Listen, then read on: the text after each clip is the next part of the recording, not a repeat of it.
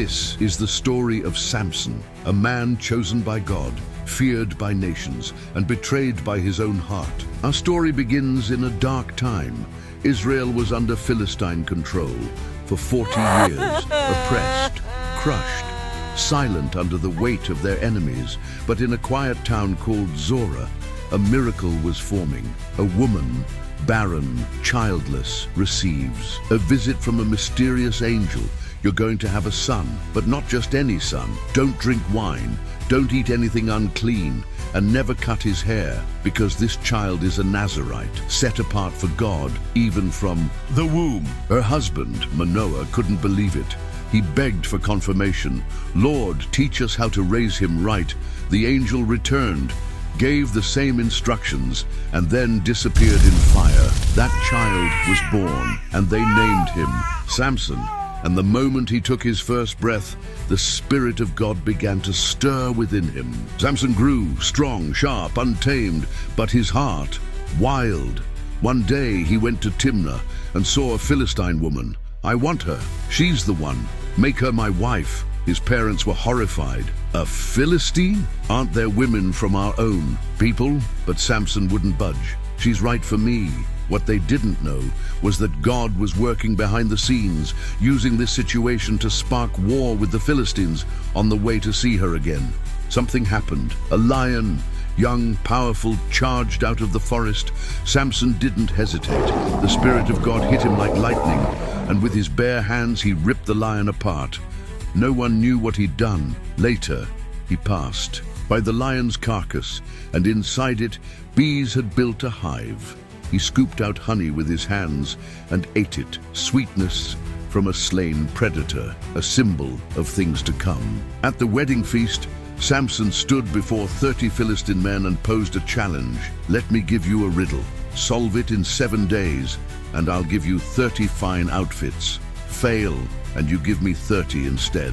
Out of the eater came something to eat. Out of the strong came something sweet. They couldn't solve it, so they pressured his new wife. Get the answer, or we'll burn your house down. Day after day, she cried, manipulated, guilt-tripped. Eventually, Samson broke, told her the answer. She told them, they told Samson, and he exploded. If you hadn't plowed with my heifer, you'd never have solved it.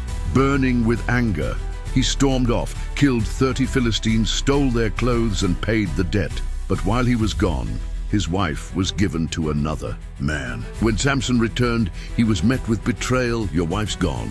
We thought you hated her.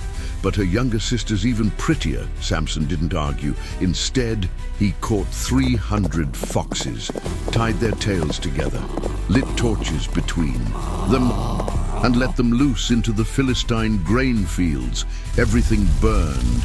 Crops, vineyards, livelihoods, gone.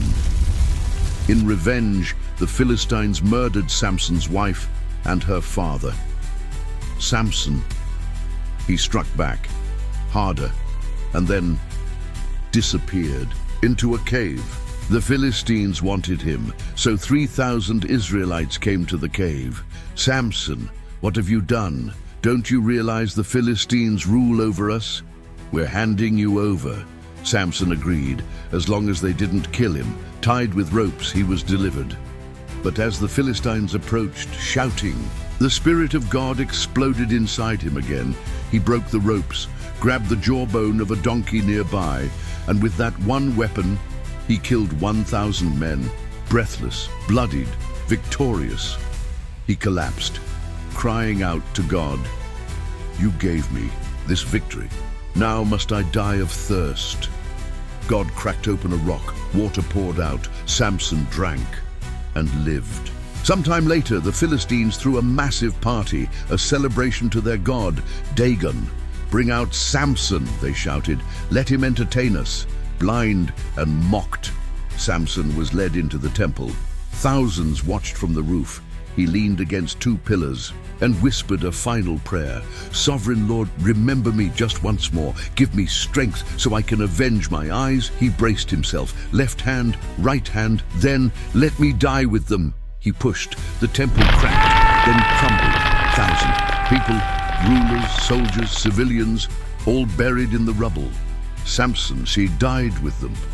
But in death, he fulfilled his purpose. He killed more enemies in that final moment than in all his life combined. Samson's story isn't just about strength, it's about weakness, temptation, failure, and redemption.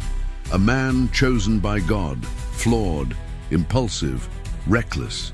Yet even in his lowest moment, God used him, not because he was perfect, but because God's will cannot be stopped. You may feel like you failed, like your mistakes disqualified you, but if God could use Samson, he can still use you.